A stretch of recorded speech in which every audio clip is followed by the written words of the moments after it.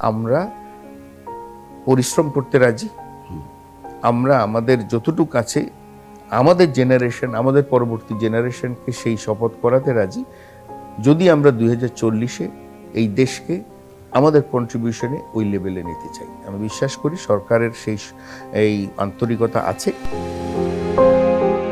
The business স্ট্যান্ডার্ডকে দেওয়া এক সাক্ষাৎকারে এভাবেই দেশের উন্নতির জন্য নিজের ভাবনার কথা জানিয়েছিলেন টিম গ্রুপের ব্যবস্থাপনা পরিচালক ও বিজিএমইএর সাবেক সিনিয়র সহসভাপতি আব্দুল্লাহিল রাকিব। সেই দূরদর্শী স্বপ্নবাজ আব্দুল্লাহিল রাকিব চলে গেলেন না ফেরার দেশে। কানাডায় এক নৌ দুর্ঘটনায় স্থানীয় সময় গত 8 জুন মারা যান তিনি। একই দুর্ঘটনায় তার বন্ধু সাইফুজ্জামান গুড্ডুও মারা গেছেন। সাইফুজ্জামান গুড্ডু বাংলাদেশ বিমানের ক্যাপ্টেন হিসেবে কর্মরত ছিলেন।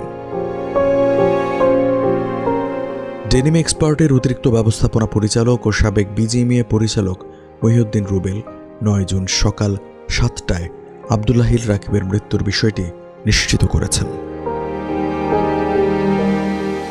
বিজিএমইএ সদস্যদের পাঠানো এক বার্তায় বিজিএমইএর প্রশাসক মোহাম্মদ আনোয়ার হোসেন দ্য বিজনেস স্ট্যান্ডার্ডকে বলেন, অত্যন্ত মর্মান্তিক একটি দুর্ঘটনা ঘটেছে। আমাদের সম্মানিত সদস্য এবং টিম গ্রুপের ব্যবস্থাপনা পরিচালক আব্দুল্লাহিল রাকিব কানাডায় মৃত্যুবরণ করেছেন। প্রয়োজনীয় আনুষ্ঠানিকতা সম্পন্ন করার জন্য আমি তার বড় ভাই ও কনসুলেটের কর্মকর্তাদের সঙ্গে যোগাযোগ রাখছি। গত 1 দশকে টিম গ্রুপ তৈরি পোশাক খাতে দেশের অন্যতম শীর্ষস্থানীয় শিল্পগোষ্ঠী হিসেবে প্রতিষ্ঠিত হয়েছে।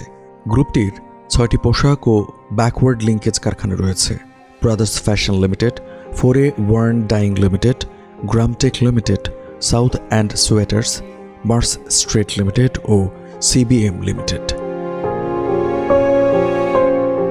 কানাডার সংবাদ মাধ্যম kawarthnow.com-এর খবরে বলা হয়েছে, 8 জুন স্থানীয় সময়ে বিকেল 3টার কিছু পর অন্টারিওর স্টারজন লেকে 3 জন যাত্রী নিয়ে একটি ক্যানো নৌকা উল্টে যায়।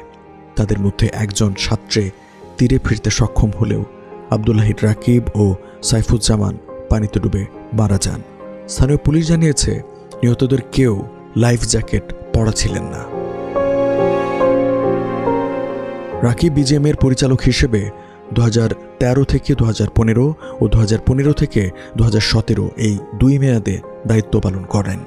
দায়িত্ব পালনকালে তিনি জাপান, ব্রাজিল, মেক্সিকো ও চিলিতে নতুন বাজার তৈরি করতে গুরুত্বপূর্ণ ভূমিকা রাখেন।